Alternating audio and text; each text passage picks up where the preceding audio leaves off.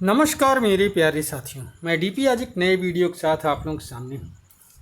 और मेरा ये वीडियो है CDS Anil Chauhan, chief of defence staff general Anil Chauhan ji के बयान पर, जिसको उन्होंने सांग्रीला डायलॉग में भाग लेते हुए सिंगापुर में प्रेस कॉन्फ्रेंस के दौरान कहा था, और जिसको लेकर के पेपर वाले और कुछ ऐसे मीडिया समूह हैं जो इतना तेज़ी से नाच रहे हैं, कूद रहे हैं, जैसे उनको कोई ऐसा मसाला मिल गया है जिसका कोई प्रसन्नता का कोई हद नहीं। हर न्यूज़पेपर इस बात को हेडलाइन बना रहा है। अब देखिए, इंडियन एक्सप्रेस का ही न्यूज़, संडे एक्सप्रेस है, इस पर CDS admits to loss of aircraft, says rectified tactics to hit deep inside Pak. ये है पूरा हेडिंग छपी हुई है, इसमें सब हेडिंग छपी हुई है। No sign of any actual help to Pakistan from China during conflict. मतलब कुल मिलाकर के एक उड़ती हुई खबर को पकड़ करके इसमें छाप दिया गया। हर न्यूज़पेपर में लगभग ये मिलेगा आपको। हमारे ये नहीं समझ में आ रहा है कि भारत, हमारे हिसाब से भारत पहला देश है जहाँ एक विशेष वर्ग, एक विशेष ग्रुप ऑफ पीपल, मेरा कहने का मतलब है, वर्ग का मतलब किसी जात पंथ से संबंधित नहीं है, ग्रुप ऑफ पीपल इस बात में प्रसन्न है कि हमारा नुकसान क्या हो, बस इसको बता दूँ। इंडिया का क्या नुकसान हुआ इसको आप बताओ।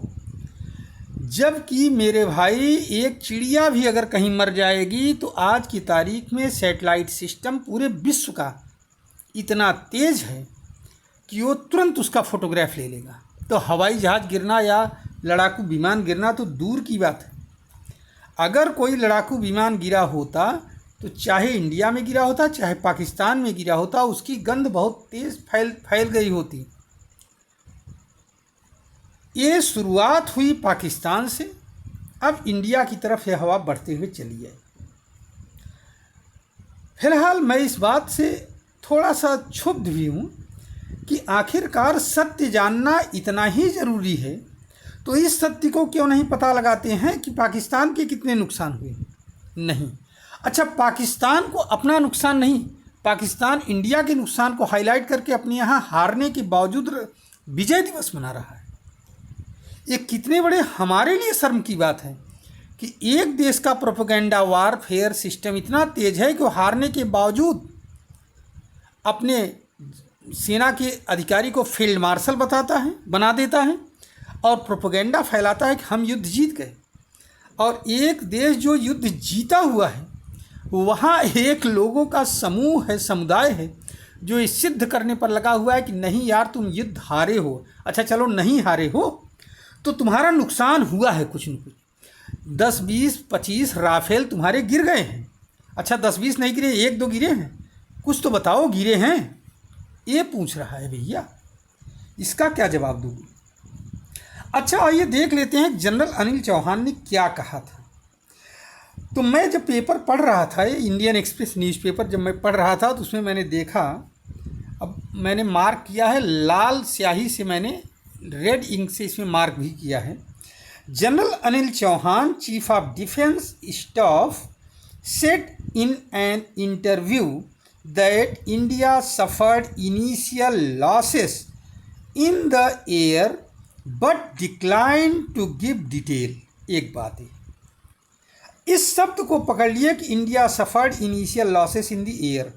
अच्छा, ये तो उन्होंने नहीं बताया कि राफेल गिरा, कि सुखोई गिरा, कि इंडिया का जो है कोई और मिराज गिरा, ये नाम नहीं लिया, बस सिर्फ इनिशियल लॉसेस की बात किया।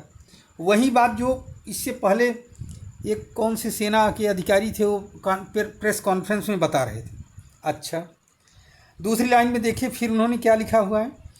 What was important is why did these losses occur and what we will do after that, he told Reuters on the sidelines of the Shangri-La Dialogue security forum in Singapore.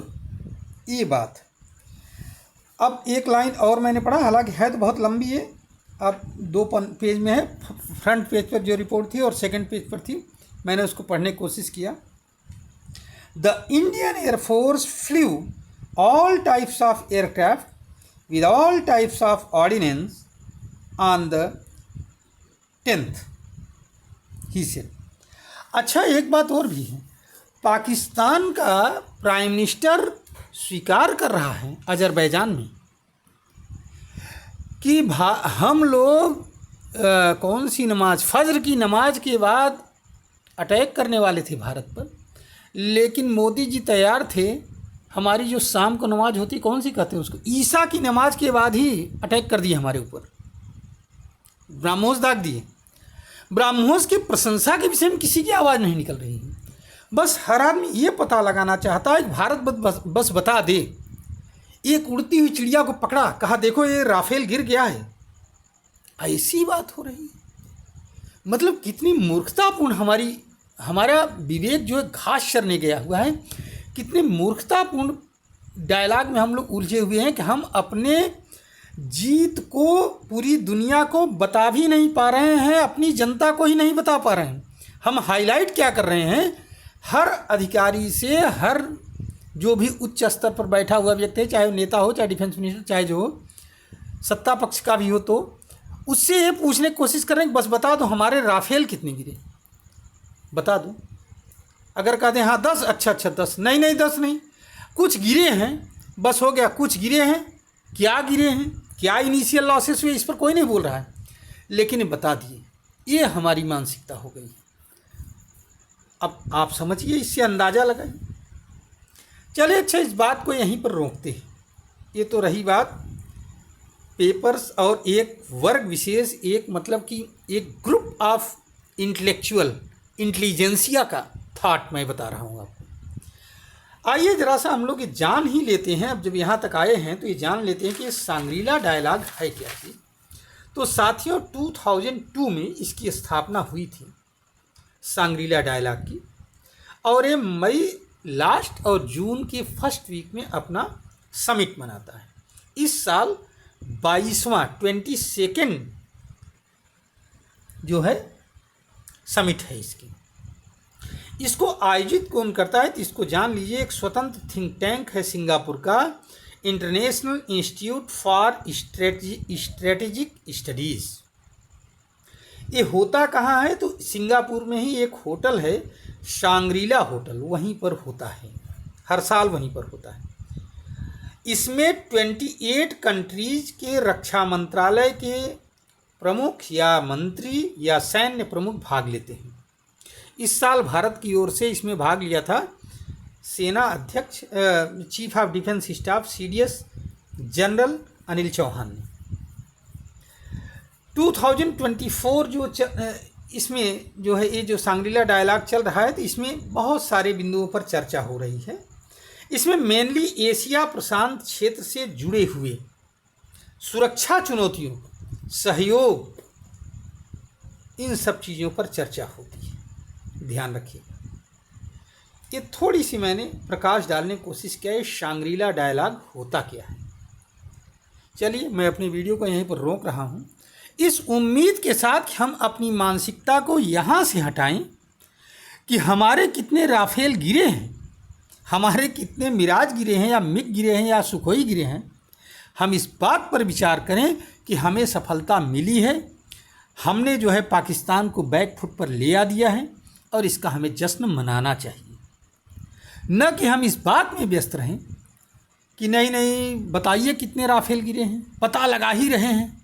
अरे Rafale गिरे होते कोई छोटी मोटी चीज़ नहीं है, पूरे विश्व के सैटेलाइट, अमेरिका के सैटेलाइट, चाइना के सैटेलाइट एक एक चप्पे चप्पे पर निगाह रखे हुए हैं। आज वीडियो मोबाइल का ज़माना है, अगर कहीं भी इस तरह की घटना होगी, दुर्घटना होती है तो तुरंत हाईलाइट हो जाती है। आप समझिए इंडिगो एयरलाइंस का विमान जरा सा उसका नोज टूटा था और सैटेलाइट में खबर आ गई थी। तो इस तरह से इसको छिपाया नहीं जा सकता है। इसलिए इन बेवकूफ़ी भरी बातों पर के विषय में सोचने के बजाय अपने जीत का जश्न मनाइए और पाकिस्तान की हार के लिए उसको हूट करिए, अपने साथियों को बताइए और एक माहौल क्रिएट करिए, विश्व में एक संदेश जाए।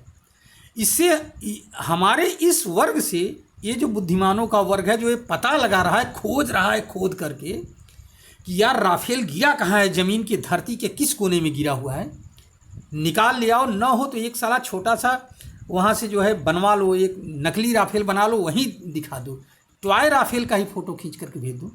जो इसमें लगे हुए हैं, बजाय इसमें लगे ऐसे लोगों से बेहतर, इन मक्कारों से तो बेहतर मैं उन पाकिस्तानियों को मानता हूँ जो हारने के बजाय अपने यहाँ जश्न मना रहे हैं। और तो और कल एक घटना हुई, कल या परसों की बात है, दुबई में एक केरला के लोगों का एक एसोसिएशन है जो क्रिकेट करवा रहा था, उसने पाकिस्तान के कौन से क्रिकेटर को सम्मानित किया, जबकि युद्ध का माहौल चल रहा है।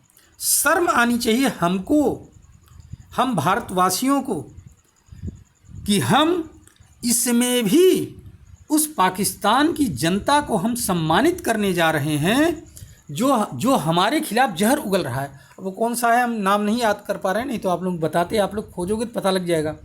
केरला में, दुबई में सम्मानित किया गया, केरला का कोई क्रिकेट एसोसिएशन केरला ग्रुप का था। समझिए, शर्म आनी चाहिए हमको। अगर हम इस स्थिति में भी नाच गाना क्रिकेट की बात सोचें तो हमसे बड़ा मक्कार कोई इस पृथ्वी पर है नहीं।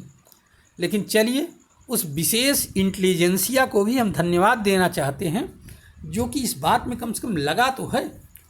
अरे यार, मैं तो ये कहूँगा, एक छोटा सा राफेल का प्रोटोटाइप बनाओ, उसका फ़ोटो खींचो जलते हुए और छाप दो कि ये राफेल सीडीएस ने यही कहा है। कहीं कोई एडमिट नहीं है, लेकिन फिर भी। चलिए, मैं अपनी वीडियो को यहीं समाप्त कर रहा हूँ। धन्यवाद, नमस्कार, जय हिंद, जय भारत, वंदे मातरम। उम्मीद करूँगा कि भगवान ऐसे लोगों को सद्बुद्धि देगा। अगर आपको हमारा वीडियो पसंद हो तो आप इसको लाइक करिए, शेयर करिए और हमारे चैनल को सब्सक्राइब करिए। धन्यवाद।